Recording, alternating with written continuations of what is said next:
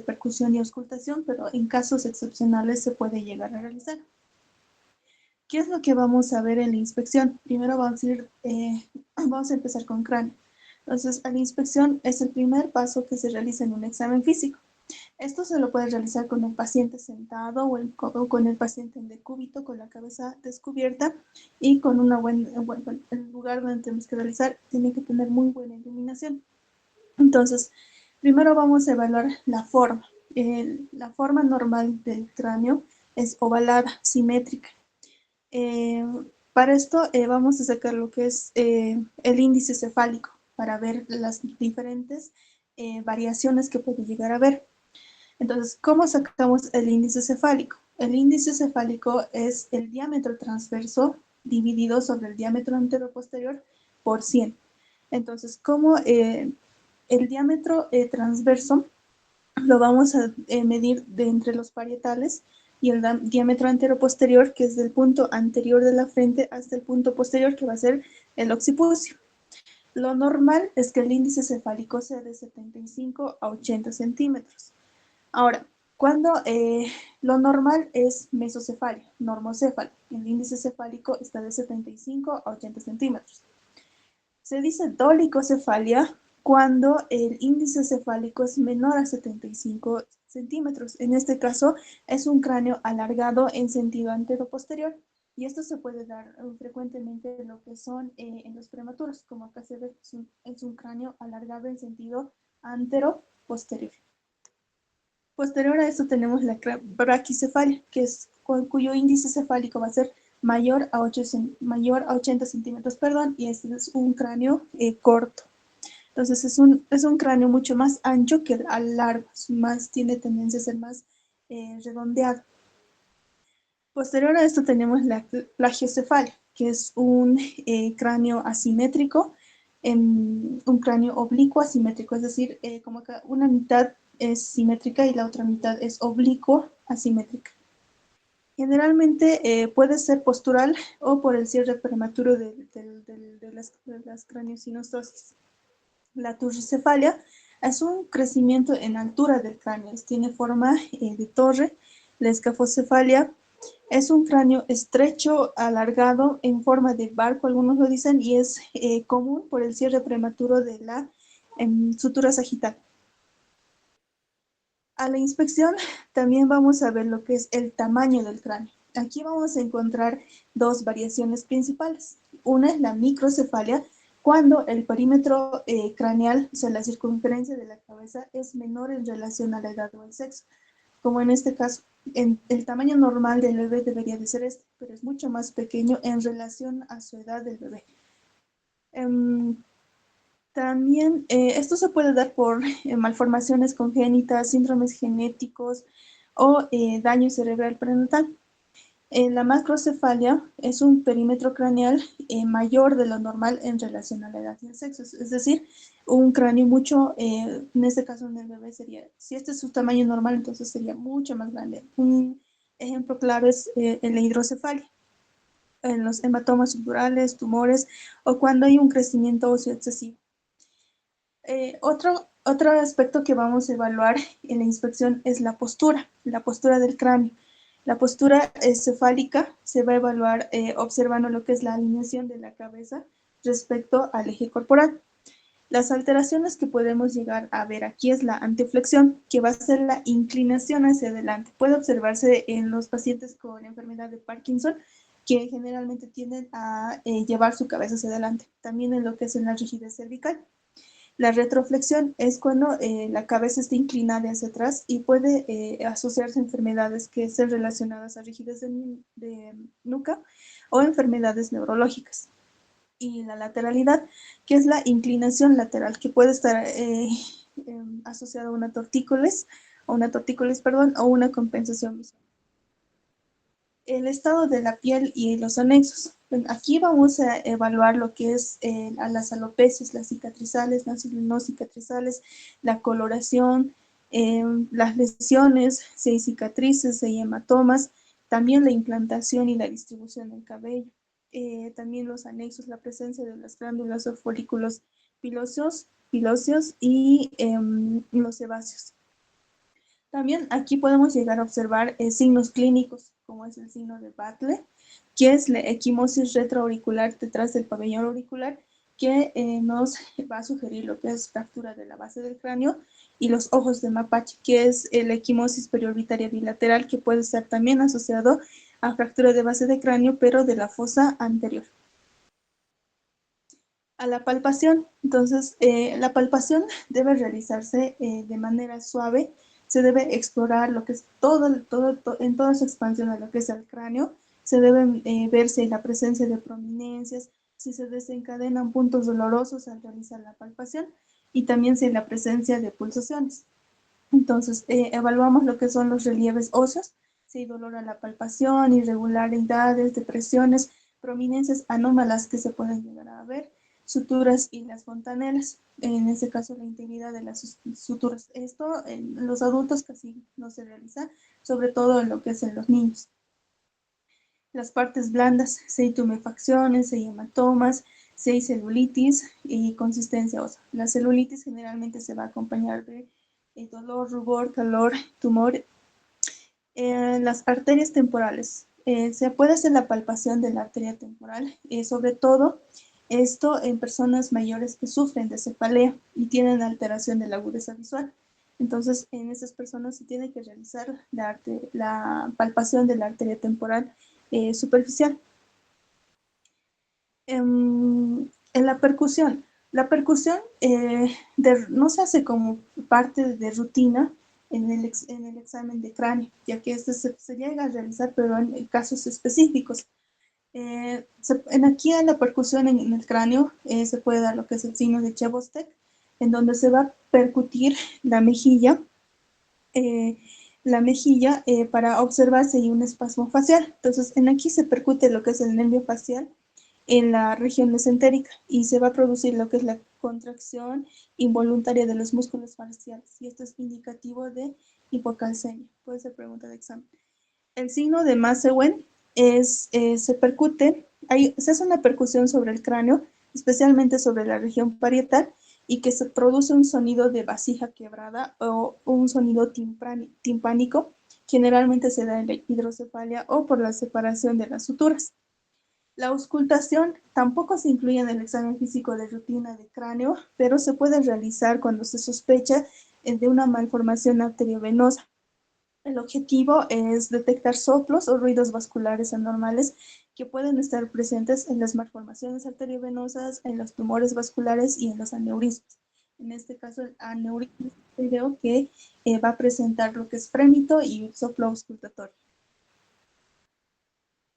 En la frente y cejas, en la frente lo que tenemos que buscar es, los varones van a tener una frente androide y las mujeres una frente ginecoide.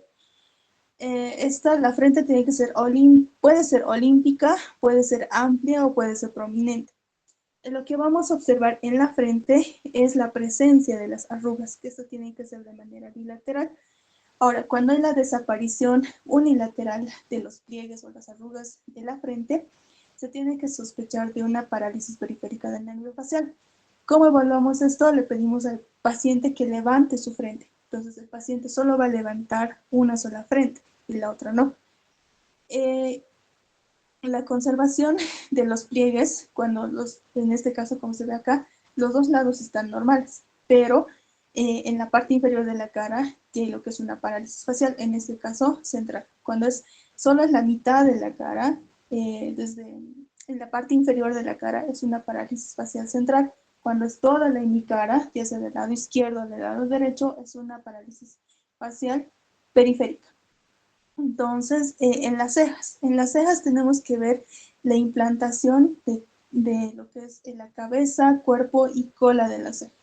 La ausencia de las cejas se denomina alopecia, que es característico en pacientes que reciben tratamiento con quimioterapia, y en la pérdida de la cola de las cejas es característico de la sífilis congénita, y en algunos casos se puede llegar a presentar en lo que es el hipotiroidismo. En los párpados. Los párpados van a proteger a lo que es al globo ocular y van a disminuir la lágrima y van a regular lo que es la entrada de la luz. Entonces, ¿cómo se va a realizar lo que es En la inspección, pues, se debe realizar la inspección bilateral de ambos párpados y se debe comparar. Ambos deben estar simétricos, em, simétricos y en posición, o sea, alineados con el globo ocular. También se debe evaluar la implantación de las pestañas, el movimiento, el parpadeo, si hay la presencia de inflamación, masas o lesiones, la coloración. Dentro de las alteraciones que puede llegar a haber en lo que es en párpados, uno es telepicanto, que es un pliegue cutáneo longitudinal que oculta al ángulo interno del ojo, como se observa aquí. Esto se puede confundir fácilmente con lo que es un estrabismo. Los hematomas de los párpados que se extienden en las regiones periorbitarias, que como hace un momento habíamos mencionado, puede darse los ojos de mapache, que es la equimosis retroorbitaria. También se encuentra lo que es el entropión, que está acá, que es la inversión, o sea, el párpado, el borde palpebral se va hacia adentro del ojo. Y como pueden ver aquí, hasta las pestañas están yendo hacia adentro, ya tienen el contacto con lo que es la conjuntiva y las escleras y pueden llegar a evitar lo que es la conjuntiva. El ectropión es al contrario, que es la eversión del borde palpebral hacia afuera. La tosis o tosis palpebral, que es la caída del párpado superior. Generalmente esto está asociado puede ser al síndrome de Claudio-Bernard-Horner y a la parálisis de tercer par craneal. El enoftalmos, que es el desplazamiento del globo ocular hacia el interior de la cuenca del ojo, como ven aquí, se va hacia adentro. El exoftalmos, que se va acá, es la protrusión de uno, o puede ser unilateral o puede ser bilateral, de los ojos hacia afuera de su posición normal. Generalmente esto en el hipertiroidismo. El lagoftalmos es la imposibilidad de poder realizar el cierre completo de los párpados, como se ve acá. También vamos a tener lo que son las lesiones inflamatorias, la blefaritis, que va a ser el enrojecimiento del borde palpebral, como se ve acá, y también pues, se van a empezar a formar costras o escamas en el borde palpebral. El orzuelo. El orzuelo, que se ve acá, es la inflamación de la glándula D6 en el borde palpebral externo, como se ve acá. Y la chalación es la inflamación crónica, pero de la glándula de Meibomian, con obstrucción de la glándula lagrimal. La dacrocistitis es la inflamación aguda o crónica del saco lagrimal.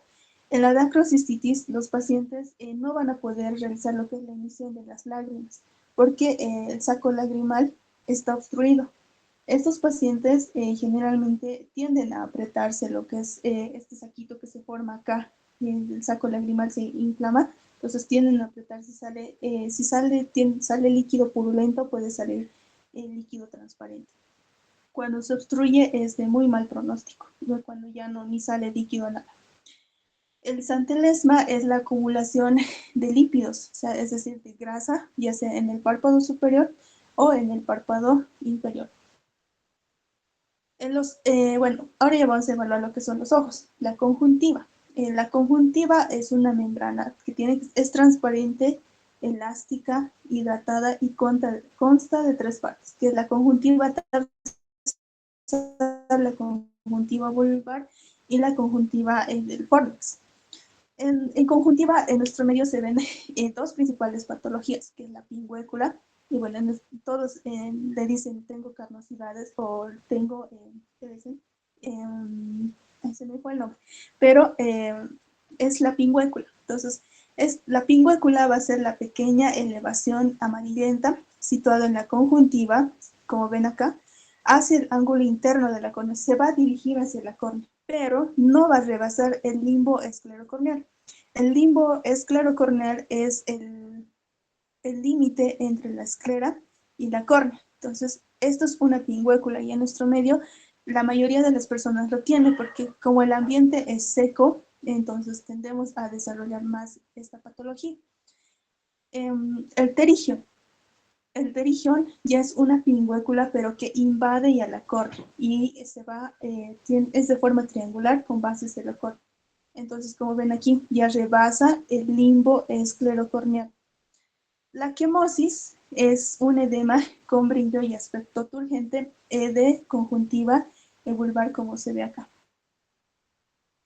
En la córnea es una capa translúcida, es transparente, brillante, no vascularizada, y por su transparencia nos permite realizar la evaluación de lo que es el iris. Y tiene 5 capas principales, que es el epitelio, la capa de Bowman, el estroma, la membrana de Senet y el endotelio corneal. Dentro de las patologías que podemos llegar a encontrar en el examen de córnea es lo que es el leucoma, como se ve acá, que es la opacificación blanquecina de la córnea. El arco senil, que se ve acá, es un anillo blanco grisáceo que se encuentra dentro del limbo.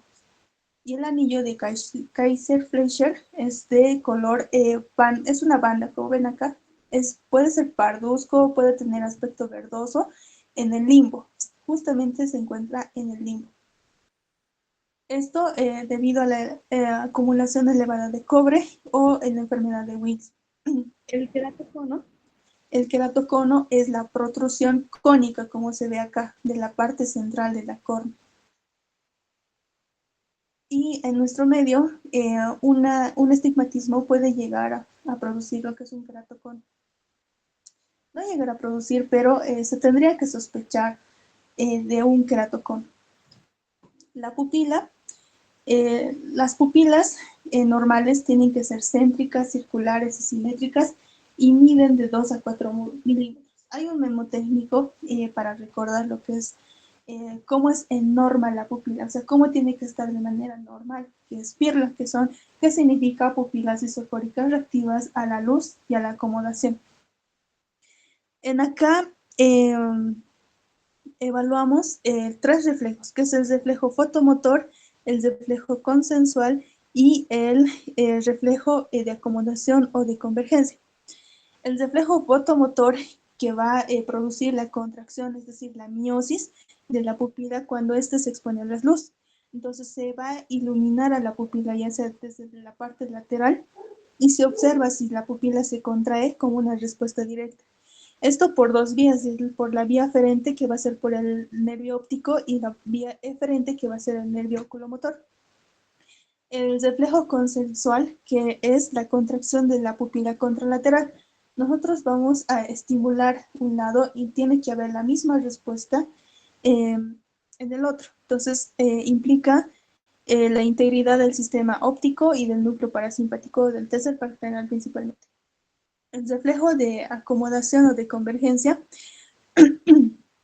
es una miosis, una convergencia ocular, y hay un aumento de la curvatura del cristalino al enfocar un objeto cercano. Entonces, ¿cómo evaluamos esta parte? Le pedimos al paciente que mire un objeto lejano, o nosotros le mostramos un objeto y le pedimos que se centre en ese objeto. Entonces, nosotros vamos a observar que cuando el paciente se enfoca en ese objeto, va a ver lo que es la miosis y la convergencia. ¿Qué es la convergencia? Que ambos ojos, como se ve acá, se van a ir hacia el lado interno.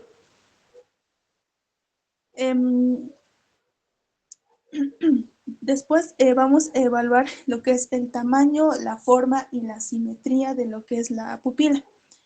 Lo normal es que las pupilas están isocóricas, es decir, del mismo tamaño en ambos lados. La miosis, que es la contracción pupilar excesiva con un diámetro menor a 2 milímetros. Esto se puede dar por una exposición a una luz intensa, a la intoxicación por opioides, también en la intoxicación por órganos fosforados se da lo que es la miosis. En el síndrome de Horner forma parte de su triada. En la encefalopatía metabólica y en los fármacos colinérgicos como la pilocarpina. La midriasis son las pupilas dilatadas, excesivas, con un diámetro mayor a 4 milímetros. Otras bibliografías mencionan hasta 6 milímetros. Las causas puede ser la oscuridad. En el síndrome anticolinérgico también se presenta, en el síndrome adrenérgico, en la parálisis del tercer par craneal y en la muerte cerebral. La anisocoria va a ser la asimetría, es decir, una pupila va a estar miótica y la otra va a estar midriática. Entonces, hay una simetría en el tamaño pupilar mayor a 0.4 milímetros de diferencia entre ambos. Entre las causas puede ser el síndrome de Claude-Bernard-Horner, una parálisis de tercer par craneal y un daño traumático postquirúrgico que se haya podido realizar en lo que es el iris. La discoria va a ser la alteración en la forma de la pupila, es decir, esta pupila no va a tener una forma cilíndrica, sino puede optar otra forma irregular. Esto puede ser por traumatismos oculares, sinequias, que son las adherencias del iris, las malformaciones congénitas, y el uso de colirios, que son fármacos o medicamentos para aplicación directa sobre lo que es el globo ocular. Posterior a esto, vamos a realizar lo que es la evaluación de la nariz. La nariz cumple funciones de lo que es dentro de la olfacción, la humidificación, la filtración de aire y la resonancia vocal. Entonces, para evaluar nariz, se evalúa lo que son tanto las estructuras externas como las estructuras internas. Nosotros nos basamos más en la inspección de estructuras externas, ya que las estructuras internas se evalúan con lo que es el rinoscopio y generalmente lo hacen en otorrinolaringología. Entonces, en la inspección externa, ¿qué vamos a evaluar? Vamos a evaluar la forma de la nariz. Si esta es una nariz recta, si esta es una nariz aguileña, si es chata o si está desviada. En la simetría vamos a evaluar las desviaciones, pero de la pirámide nasal. Como tal, no podemos decir una desviación del tabique nasal porque este se encuentra dentro. Y nosotros, eh, aunque una persona pareciera que tenga la pirámide nasal recta, puede tener una desviación del tabique interno, pero eso nosotros no lo vamos a ver exactamente a la inspección externa que vamos a realizar, sino a la inspección interna que se realiza junto con lo que es el rinoscopio. También se debe evaluar, entonces, dentro de las alteraciones de la pirámide nasal, puede ser una nariz torcida, ya sea por trauma, generalmente por golpes, una nariz en silla de montar, que va a ser el colapso del dorso de la nariz, como se observa aquí, y generalmente esto se da en la sífilis, puede ser pregunta de examen. La jiba nasal, que es la protuberancia ósea, como se ve aquí, también lo dicen en nariz aguileña, por un trauma o un desarrollo anormal. También piel y tejidos blandos. Es muy importante en la parte del eritema por la celulitis nasal, y también por la presencia de las telangiectasias por la rosácea, como se ve acá. Y la rosácea puede evolucionar lo que es a una rinofima, como se ve acá. Dentro de las secreciones que puede llegar a ver están las secreciones serosas por rinitis alérgica, que estas generalmente son transparentes, y estos pacientes están con una constante rinorrea transparente. O sea, cuando tienen rinitis alérgica siempre es como si estuvieran resfriados por 2 meses, 3 meses, 4 meses.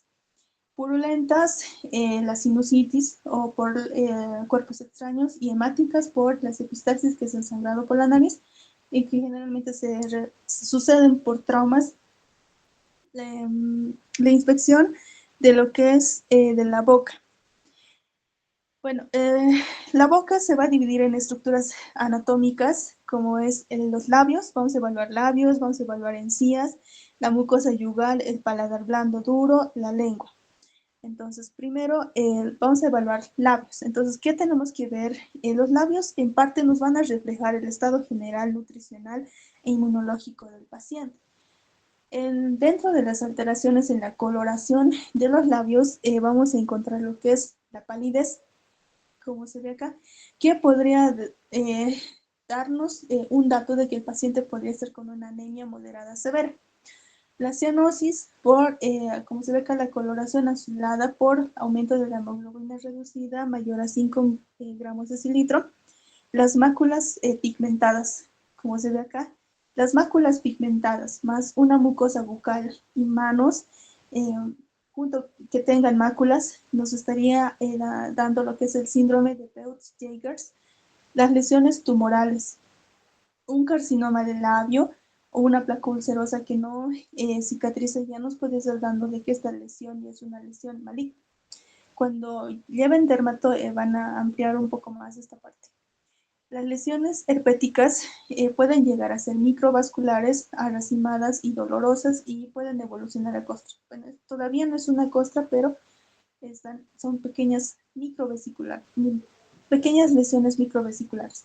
Las telangiectasias, como se ve acá, en las telangiectasias, su presencia en lo que es labios o en la mucosa bucal, más la presencia de epistaxis, nos pueden estar dando indicios de la enfermedad de Rendu-Osler. En las encías, en las encías debemos ver la coloración. Generalmente lo normal es que estas sean rosadas. Cuando están rojas e inflamadas, como en este caso, ya estaríamos hablando de una gingivitis. Cuando se encuentran pálidas, también nos pueden dar datos de que el paciente podría estar cursando con una anemia. Ya, bueno, dentro de los signos o manifestaciones que podemos llegar a encontrar en las encías, está lo que son las manchas de Koplik, que son máculas con un halo rojo y un centro blanco, como se ve acá, en la cara interna de las mejillas. Estas manchas de Koplik son característicos de sarampión, pues se pregunta el examen. El civete de Burton, que es la línea negruzca, como ven acá, a lo largo del margen gingival. Todo el margen gingival se encuentra una línea negruzca, que es el civete de Burton. Generalmente esto por una intoxicación crónica por plomo y saturnismo. La candidiasis oral va a ser la presencia de placas blanquecinas. Estas se van a llegar a desprender de manera fácil. Esto va a ser causado por un hongo que es la Candida albicans. La hipertrofia gingival. La hipertrofia gingival es el agrandamiento de las encías con tendencia a cubrir los dientes. Y las lesiones ulceradas, las más comunes, que son las aftas, estas son dolorosas, recidivantes, pueden llegar a desaparecer en muy poco tiempo, pueden ser únicas o pueden haber lesiones múltiples. En el paladar duro, bueno, aquí, tanto en el paladar duro y en el paladar blando, a la inspección vamos a evaluar lo que es la color y la superficie. El paladar duro es rugoso, firme y rosado, y el paladar blando es más liso, móvil y también es rosado. ¿Cómo vamos a evaluar el paladar duro? Entonces, a la inspección vamos a observar la curvatura, la simetría, la coloración. Dentro de las patologías más frecuentes están las fisuras palatinas, que es la comunicación entre la cavidad oral y nasal, y las úlceras traumáticas o infecciosas, que podrían ser producidas por una leishmaniasis y también por lo que es las perforaciones, como se ve acá. La leishmaniasis puede producir, pero también puede producir el excesivo consumo de cocaína. El paladar blando. A la inspección vamos a realizarlo en dos partes. Uno, al reposo en reposo, donde vamos a observar toda la simetría, la simetría, y en la fonación, donde vamos a pedir, vamos a ver lo que es la movilidad. Esto le vamos a decir a nuestro paciente que diga la palabra, bueno, que se mantenga diciendo entonces ahí vamos a evaluar la elevación del paladar blando. Cuando en aquí se puede encontrar, como en este caso, cuando al paciente le pedimos que diga si un lado no se eleva, estaríamos hablando de una parálisis, en este caso del décimo par craneal. También se pueden observar úlceras herpéticas, la fístula del paladar blando, que generalmente son congénitas. En la lengua. Aquí debemos inspeccionar toda la lengua. Le pedimos al paciente que saque su lengua y vamos a evaluar la movilidad. Le vamos a decir, mueva hacia arriba, mueva hacia un lado, al otro lado, hacia abajo. Entonces, generalmente este tiene que ser de un color rojo, apagado, húmedo, brillante, con pequeñas fisuras y fuerza y movimiento en todas las direcciones. Le pedimos que mueva arriba, abajo, izquierda y derecha.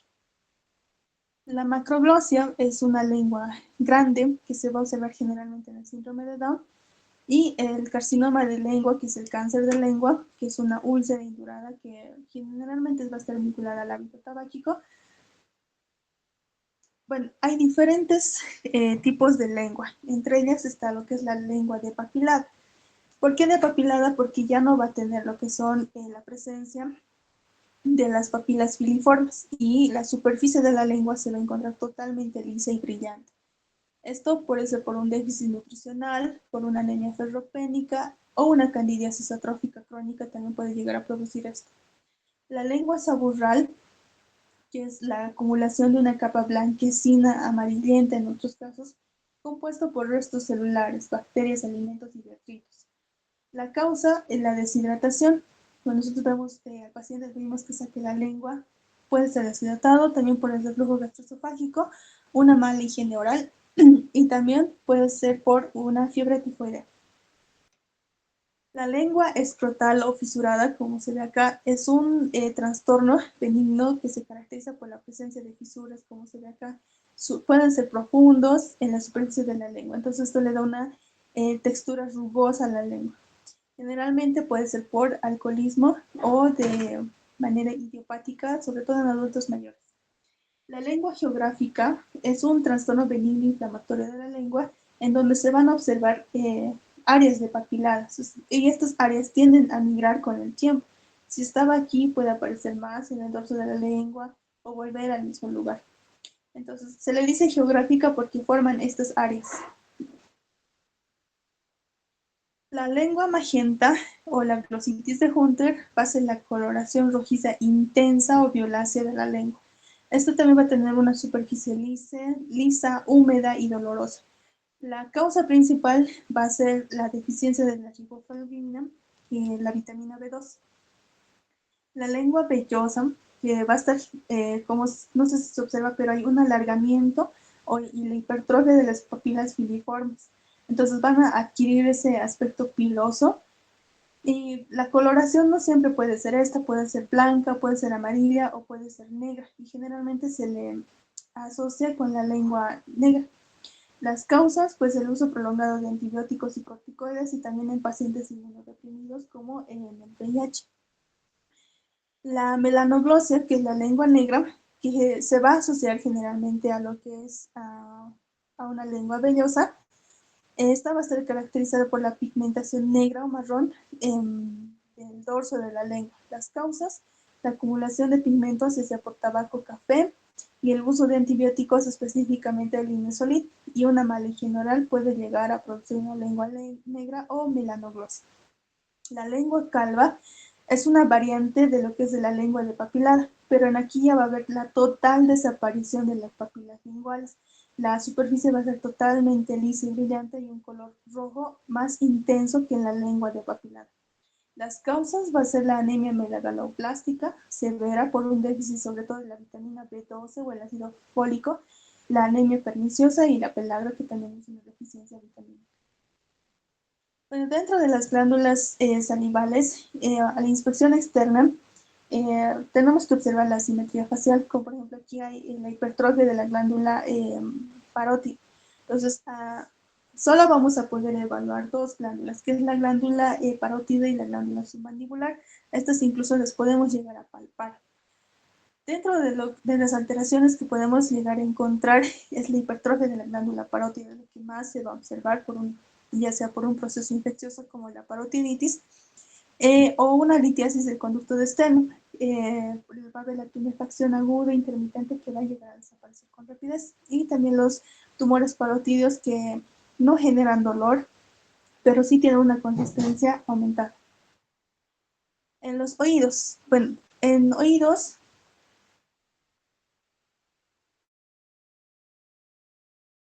un momento por favor.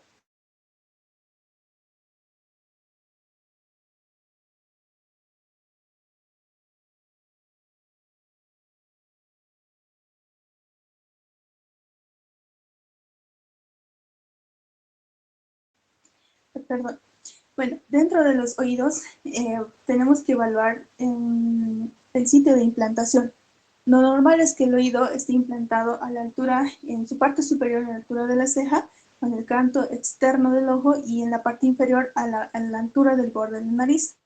Entonces, cuando la oreja está implantada por debajo de donde debería estar, podríamos asociarla a malformaciones congénitas como el síndrome de Down, que tienen una oreja implantada hacia abajo. También podemos evaluar la movilización, la presión sobre el trago. Bueno, podemos realizar lo que es el signo del trago, que se realiza aquí, se realiza una presión sobre el trago y esto sobre todo para diferenciar una otitis media aguda a una otitis externa. La coloración, un rojo intenso, como en este caso, la cianosis, la coloración pálida o blanca, la coloración azul. También en la superficie ver si no hay la presencia de escamas, tumores, úlceras, cicatrices o deformidades estructurales. Entonces hay que ver la presencia de que todos los pliegues estén aquí. Dentro de las alteraciones que podemos llegar a encontrar está la microtia.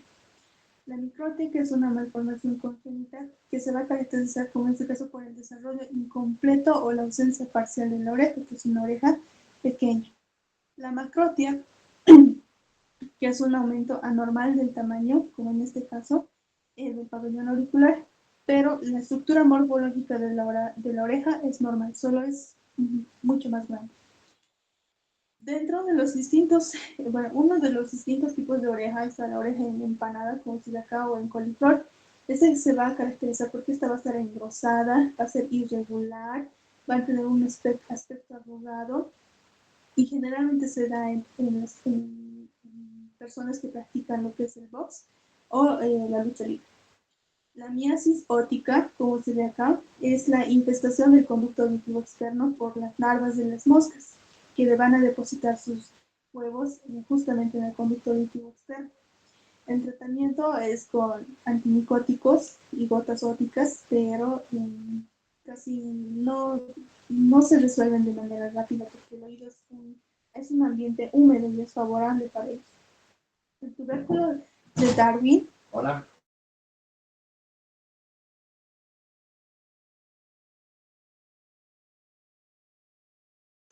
El tubérculo de Darwin es una prominencia congénita en el borde del hélix, generalmente en el tercio superior, como acá.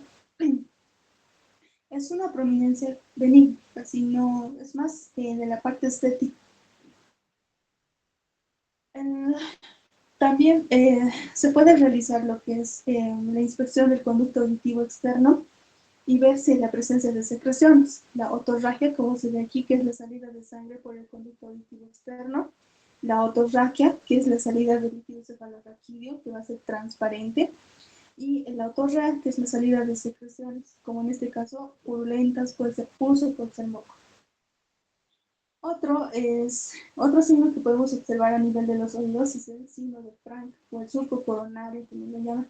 Es un pliegue, como en acá, diagonal, cruza el lóbulo de la oreja desde el trago hasta el borde inferior del pabellón auricular. Entonces, puede ser indicativo de una enfermedad coronaria, en especial en pacientes que están entre los 30 y 60 años.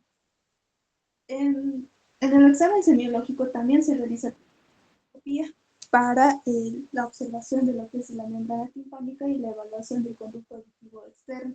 Ver la membrana timpánica de la otoscopía se ve así.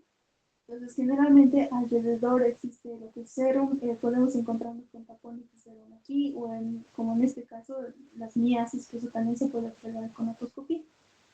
Cuando hay la presencia de secreciones, como en este caso de sangre o de otorrea, generalmente, no vamos a poder observar bien lo que es la membrana timpánica, incluso en una otitis media aguda, por la abundante secreción, cuando el tímpano ya se perfora, ya no vamos a poder observar ni siquiera la membrana timpánica. Por eso se realiza lo que es el signo del trago, porque cuando es una otitis externa también se producen secreciones. Entonces, el signo del trago, cuando es doloroso, nos indica que es una otitis media aguda, pero cuando no es doloroso, nos dice que es una otitis externa. Entonces, se puede realizar esos hallazgos. Dentro del llenado de la historia clínica en el examen físico segmentario en la parte de cabeza, ¿cómo vamos a llenar lo que es esta parte de nuestra clínica? En cabeza vamos a poner a la inspección cráneo simétrico normocéfalo. En caso podemos encontrar alguna alteración, puede ser asimétrico, dolicocefalia, brachicefalia, turbicefalia. No se palpan depresiones, y si se palpan depresiones, especifica ardólisis a nivel parietal, temporal, occipital, frontal. Tumoraciones de igual manera, ni puntos dolorosos, si se desencadenan puntos dolorosos, en dónde se desencadenan los puntos dolorosos, es a nivel temporal, parietal, frontal y demás. Cabellos bien implantados y relación cráneo-cara conservar. Esta relación cráneo-cara conservada, si el paciente tiene un cráneo dolicocéfalo, no va a ser relación cráneo-cara conservada. Pero casi siempre se pone esto. Cara simétrica con mímica conservada. Aquí me olvidaba. En la cara le pedimos al paciente que realice los diferentes gestos. Puede ser, ponga cara de sorpresa, ponga cara de tristeza, ponga cara de alegría, frunce el ceño. Entonces, de esa manera le pedimos al paciente que vaya realizando diferentes caras. Esto, ojos. En ojos, primero vamos a empezar por cejas. Cejas pobladas, poco pobladas, normopobladas, bien implantadas en cabeza cortical, porque mucho que la ausencia de la cola de las cejas es indicativa de éxito. Párpados con apertura palpebral conservada, pestañas bien implantadas, movimientos oculares y visuales conservados, agudeza visual a cuenta de lo conservada, o también puede ser agudeza visual con la lámina Disneyland también cuando veamos pares craneales, en ahí también vamos a ver reflejo fotomotor, el consensual y de acomodación conservadas, pupilas isocóricas, en caso de que no se encuentren isocóricas, ponemos pupilas mióticas, pupilas migráticas, pupilas anisocóricas, conjuntivas normocoloreadas.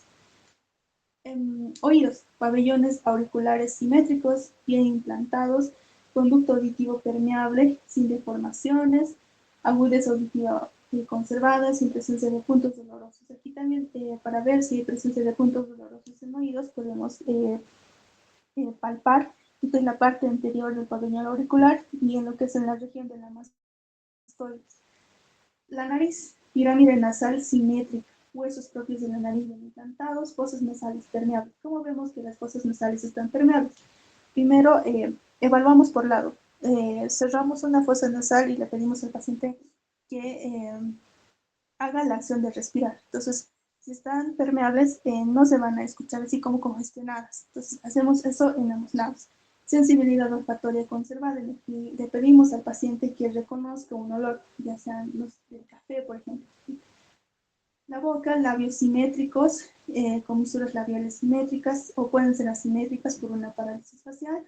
Mucosa oral normocoloreada, paladar duro y blando íntegros, lengua móviles de características normales o lengua poco móvil o también se puede poner lengua en sabor, bueno, depende del hallazgo semiológico que encontremos, si es una lengua saborreica, si es una lengua vellosa y demás. Lengua de color y apariencia normales. Entonces, todo esto es lo que debemos, bueno, en características se podría decir que todo esto es lo normal que se debería poner. Y según esto, ya viendo las alteraciones que podríamos llegar a encontrar en el examen físico segmentario, específicamente de lo que es de cabeza y todo lo que conlleva. Y eso sería todo. Si tienen alguna duda, pregunta. Sí, sobre la nariz, nos estabas diciendo que para evaluar la permeabilidad de las fosas nasales tenemos que pedir al paciente tapando una fosa nasal y que respire por la otra. En caso cuando tenga resfrío común, digamos que generalmente siempre tienen un taponamiento en ambas fosas nasales, ¿cómo podríamos colocar el examen físico? Aquí, bueno, en esa parte se dio fosas nasales no permeables, ya sea si es unilateral o si es bilateral. Entonces, fosas nasales no permeables bilaterales, los dos lados están congestionados. Entonces, eso se pone, fosas nasales no permeables, porque ambas están congestionadas, o fosas nasales congestionadas también la podemos poner. Ya, Oxy, gracias. ¿Alguna otra pregunta?